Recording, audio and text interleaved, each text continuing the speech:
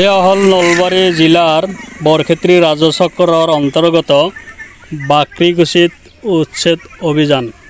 এয়া উচ্ছেদ অভিযান চলাইছে।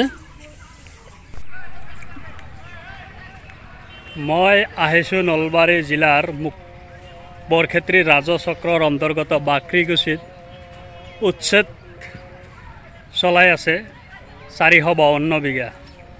সেই স্থানত মই আহিছোঁ। এয়া জেচিবি আপোনালোকে চাই আছে, জেচিবি এই জেচিবিৰে উচ্ছেদ অভিযান চলাব। এয়া শাৰী শাৰীকৈ ৰখাই থৈ দিছে জেচিবি, এই জেচিবিৰে উচ্ছেদ অভিযান চলাব। এয়া মই আছোঁ নলবাৰী জিলাৰ বৰক্ষেত্ৰী ৰাজচক্ৰৰ অন্তৰ্গত বাকৰিকুছিত। এয়া উচ্ছেদ চলাই আছে। এয়া চাওক, উচ্ছেদ অভিযান চলাই আছে।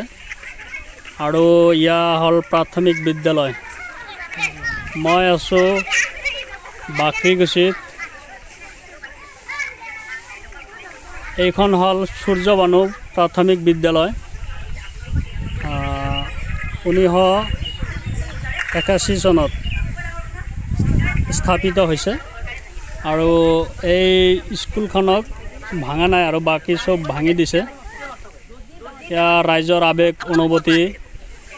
হয়তো ইয়াতে 452 বিঘা মাটি আছে, কিন্তু 452 বিঘা উচ্ছেদ অভিযান চলা নাই।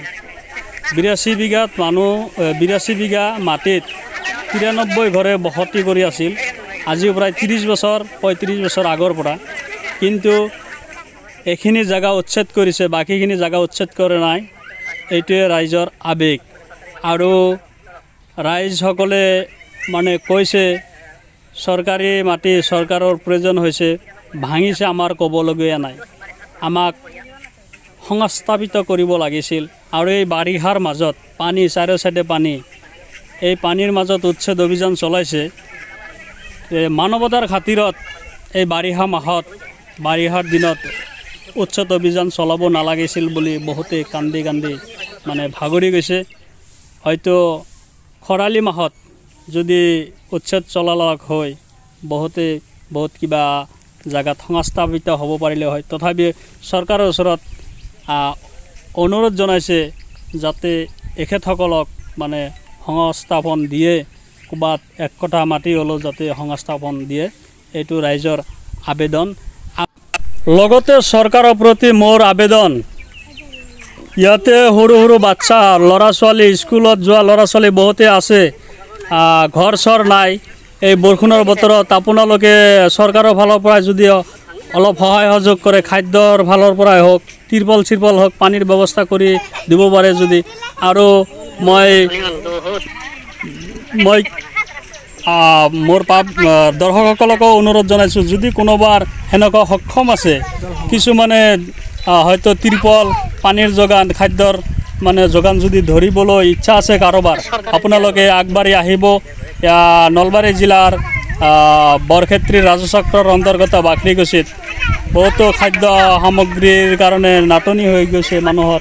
কাৰণ যিহেতু ঘৰ বাৰী ভাঙি দিছে, এতিয়া তেখেতসকলে খাদ্যৰ কাৰণে মানে অলপ কষ্ট পাই আছে।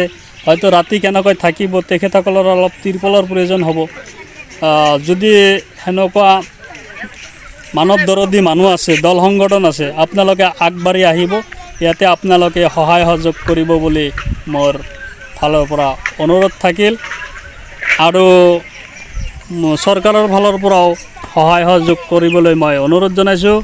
আৰু অসমৰ মুখ্যমন্ত্ৰী ডক্টৰ হিমন্ত বিশ্ব শৰ্মা ডাঙৰীয়াকো মই অনুৰোধ জনাইছোঁ, এইকেইটা পৰিয়ালক ক'ৰবাত নহয় ক'ৰবাত সংস্থাপিত কৰে যেন। কাৰণ এখেতসকলতো স্বদেশী হয়, বাংলাদেশীতো নহয়। যিহেতু আজি মোটামুটি 35 বছৰ ধৰি ইয়াতে বসতি কৰি আছে। এই চৰকাৰৰ ওচৰত মোৰ বিনম্ৰ অনুৰোধ থাকিল।